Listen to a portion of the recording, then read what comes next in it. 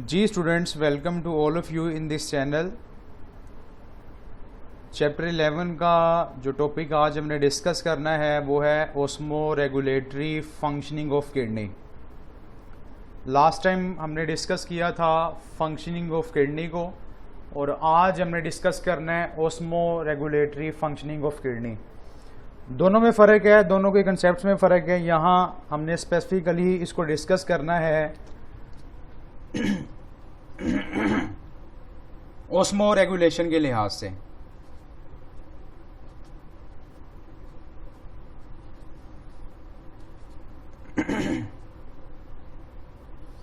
अगर आपने last lectures लिए हैं तो आपको पता होना चाहिए व्हाट इज ऑस्मो रेगुलेशन।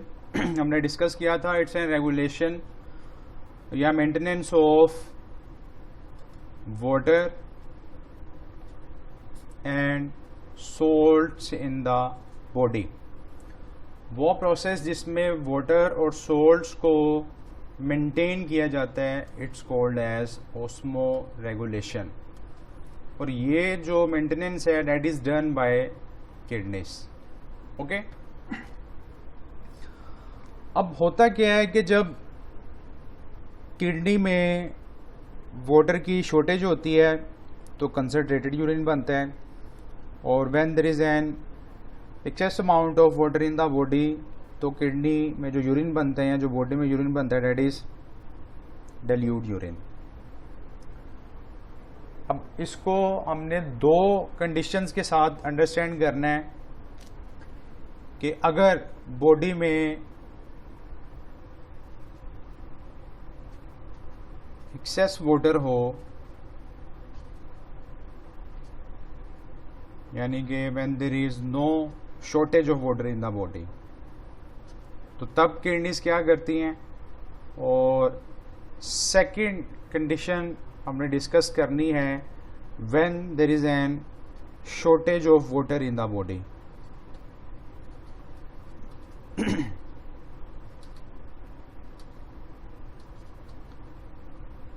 बहुत इजी वे आपको बताऊंगा इसको अंडरस्टैंड करने के लिए। सिर्फ 2 पॉइंट्स आपने अंडरस्टैंड करने हैं तो आपको ये टॉपिक अभी याद हो जाएगा। ठीक है जी, मैंने आपको कहा है कि 2 कंडीशंस याद रखनी है कि जब बॉडी में पानी ज़्यादा होता है किडनीज तब क्या करती हैं, और जब पानी की कमी होती है तो तब किडनीज क्या करती हैं। याद रखें कि when there is an excessive amount of water in the body तो किडनीज क्या करती हैं, 2 काम करती हैं।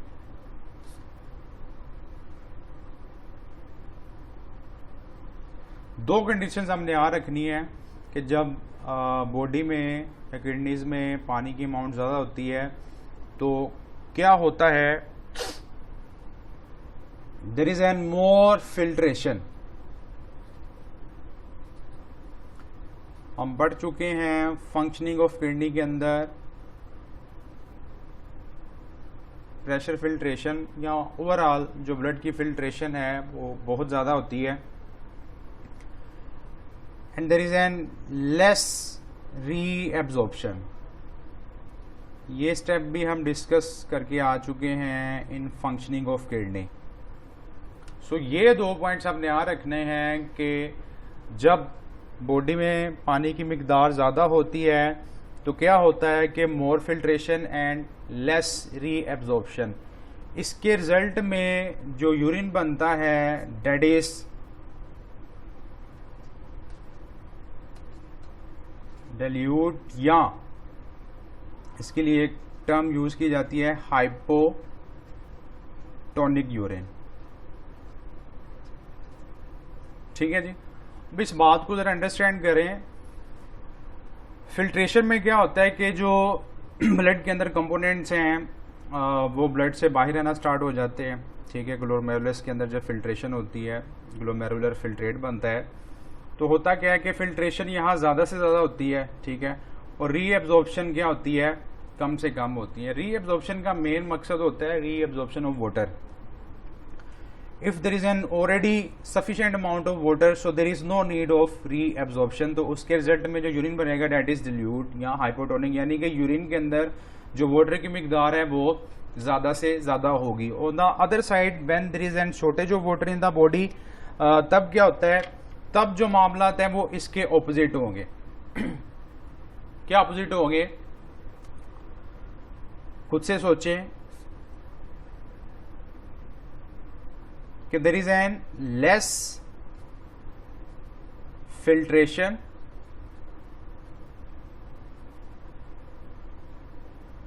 And more reabsorption.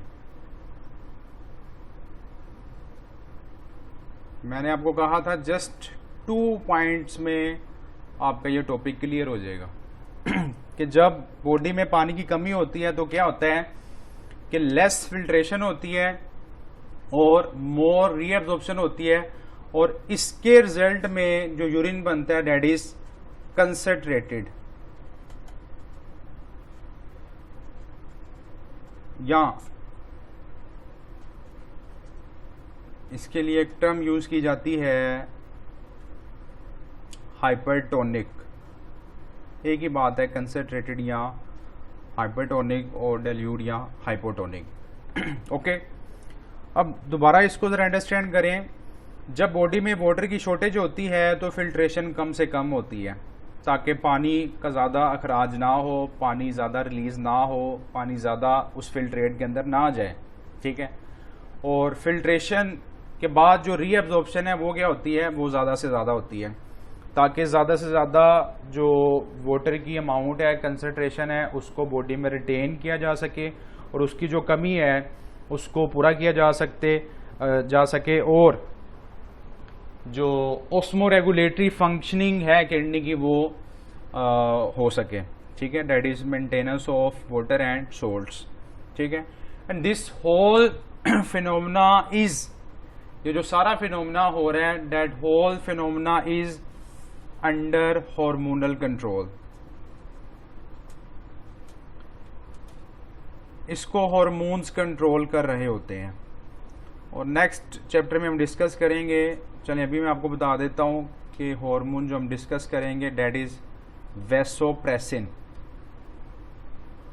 या इसी का दूसरा नेम है एडीएच। हम पढ़ेंगे कि ये जो हार्मोन है ये खास तौर पर रीअब्जॉर्प्शन को कंट्रोल करता है। It depends on water condition के शॉर्टेज है या सफिशिएंट वाटर है, ठीक है। So that is all about osmo regulatory functioning of kidney, that is different from functioning of kidney, okay. इसी के साथ जो नेक्स्ट टॉपिक हमने डिस्कस करना है वो है डिसऑर्डर्स ऑफ किडनी। और डिसऑर्डर्स ऑफ किडनी में आज एक ही डिसऑर्डर हम डिस्कस करेंगे और वो डिस्कस करेंगे किडनी स्टोन्स।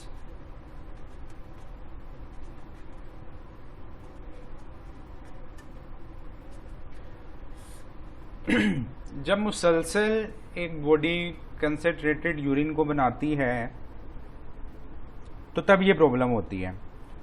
अब बॉडी कब कंसंट्रेटेड यूरिन बनाती है, मैं पहले ही इसकी कॉज बता देता हूँ। When there is an shortage of water in the body, जब बार बार बॉडी में पानी की कमी होती है तो होता गया है कि बहुत से जो सोल्ट्स हैं वो बॉडी के अंदर ऐसा ऐसा डिपॉजिट होना स्टार्ट हो जाते हैं और वो अल्टीमेटली किस में कन्वर्ट हो जाते हैं, इनटू किडनी स्टोन्स, ठीक है जी। मैंने आपको बताया कि it is due to concentrated urine, when urine become concentrated. अब इसको अंडरस्टैंड कर लेते हैं कि ये कैसे होता है सारा कुछ।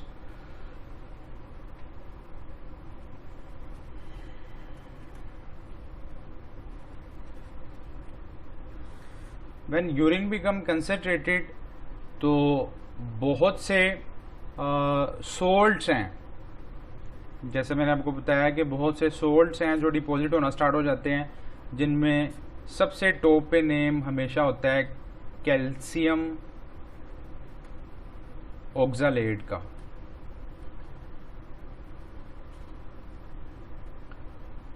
And then another salt is calcium phosphate या अमोनियम फॉस्फेट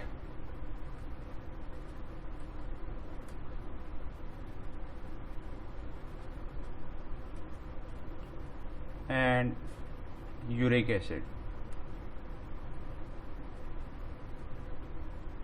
जब बार बार कंसनट्रेटेड यूरिन बनता है तो ये जो सोल्ट्स हैं ये बॉडी के अंदर डिपॉजिट होना स्टार्ट हो जाते हैं, एंड ये जो डिपॉजिट्स हैं डेट मेक्स किडनी स्टोन, ये किडनी स्टोन्स का बायस बनते हैं। लाजमी नहीं है कि ये जो स्टोन्स हैं ये किडनी में ही हो, ये जो स्टोन्स हैं that may travel to ureter and may travel to urinary bladder. ठीक है जी, ये मूव कर सकते हैं किडनी से यूरेटर्स में और ब्लैडर में भी मूव कर सकते हैं। ओके, नेक्स्ट हमने डिस्कस करना है जी इसकी कोजिस को, कि इसकी कोजिस क्या हैं। अगर इसकी कोजिस की बात की जाए तो इसमें एज फैक्टर होता है। ऑब्वियसली मतलब जब एज इंक्रीज होती है when a person become aged तो बहुत से जो बॉडी के फंक्शंस हैं वो इफेक्ट होते हैं। ठीक है, बहुत से सेल्स हैं जो डिस्ट्रॉय हो चुके होते हैं और जिनकी डिस्ट्रक्शन हो रही होती है। ठीक है, जो अल्टीमेटली जो फंक्शनिंग का रेट है उसमें फ़र्क आता है, यानी कि उस लिहाज से बॉडी पार्ट्स, बॉडी ऑर्गन्स किसी एजेड पर्सन के काम नहीं कर रहे होते हैं as compare to any adult और यंग पर्सन। इसके अलावा डाइट, पहले हम देख लेते हैं कि कौन कौन सी कॉजेज हैं, फिर इनको डिस्कस कर लेते हैं। Infections, less intake of water, alcohol consumption,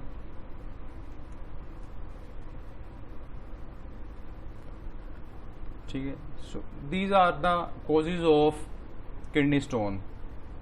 as हमने डिस्कस कर लिया है। डाइट की बात की जाए तो अगर डाइट में स्पेसिफिकली बात करें वेजिटेबल्स की और ग्रीन वेजिटेबल्स की,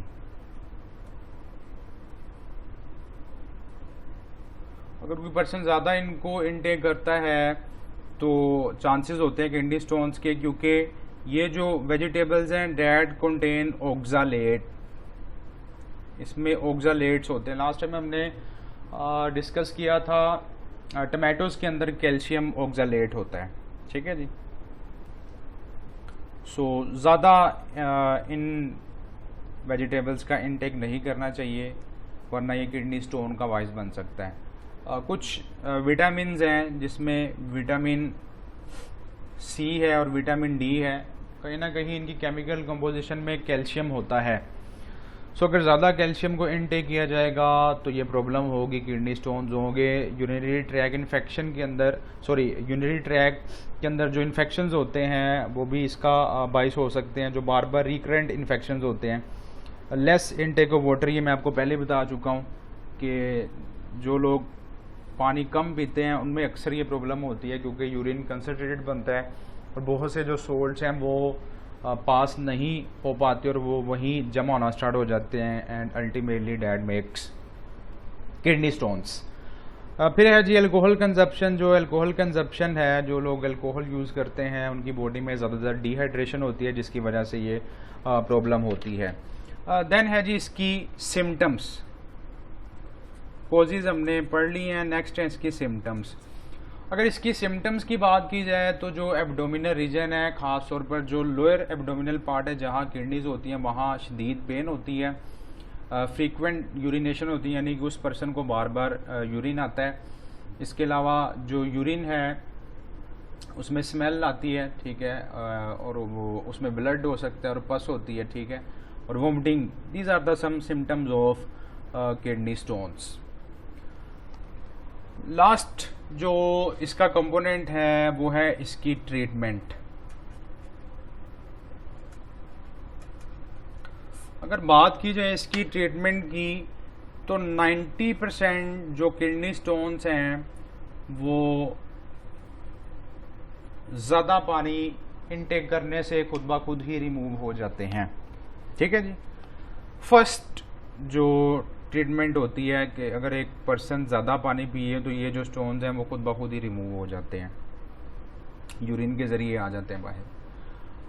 और अगर ऐसा ना हो तो सेकंड जो ऑप्शन है वो है फिर सर्जिकल ट्रीटमेंट।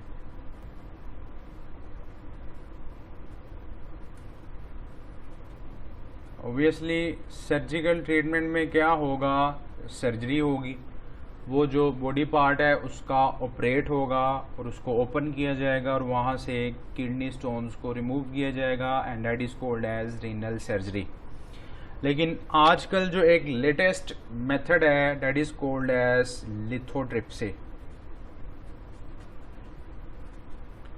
जो मोस्ट कॉमनली यूज़ होता है और जो लेटेस्ट मेथड है, ये जो मेथड है, टेक्निक है, it's an non surgical method, यानी कि इसमें किसी किस्म की कोई सर्जरी नहीं करनी पड़ती। ओके, फिर किसके ज़रिए होता है, वेव्स के ज़रिए जो किडनी स्टोन्स हैं उनको रिमूव किया जाता है। इस मेथड के अंदर क्या होता है कि नॉन इलेक्ट्रिकल, ध्यान रखना है, नॉन इलेक्ट्रिकल जो वेव्स होती हैं उनकी बम्बार्डमेंट करवाई जाती है इनटू स्टोन्स। अब यहाँ नॉन इलेक्ट्रिकल वेव्स हैं, इलेक्ट्रिकल वेव्स नहीं है। एक तो बेचारा मरीज है, पेशेंट है, और दूसरा आप उसको बिजली के झटके दिलवा रहे हैं, ऐसा नहीं होता। अक्सर बच्चे ये यूज़ कर लेते हैं जी electrical waves. No, electrical waves नहीं होती, नॉन इलेक्ट्रिकल वेव्स होती हैं जिनके ज़रिए किडनी स्टोन्स को रिमूव किया जाता है।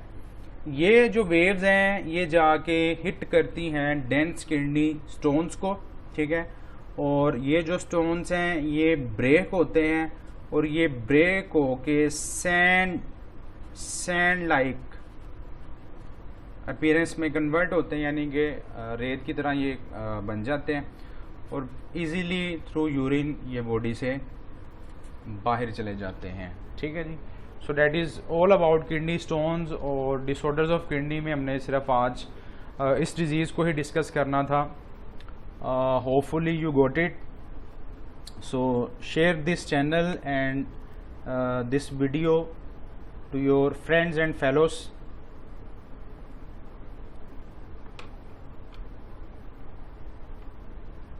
नेक्स्ट लेक्चर में वीडियो में मुलाकात होगी। तब तक के लिए खुदा हाफिज़, अपना ख्याल रखें, स्टे सेफ एंड हैप्पी। खुदा हाफिज़।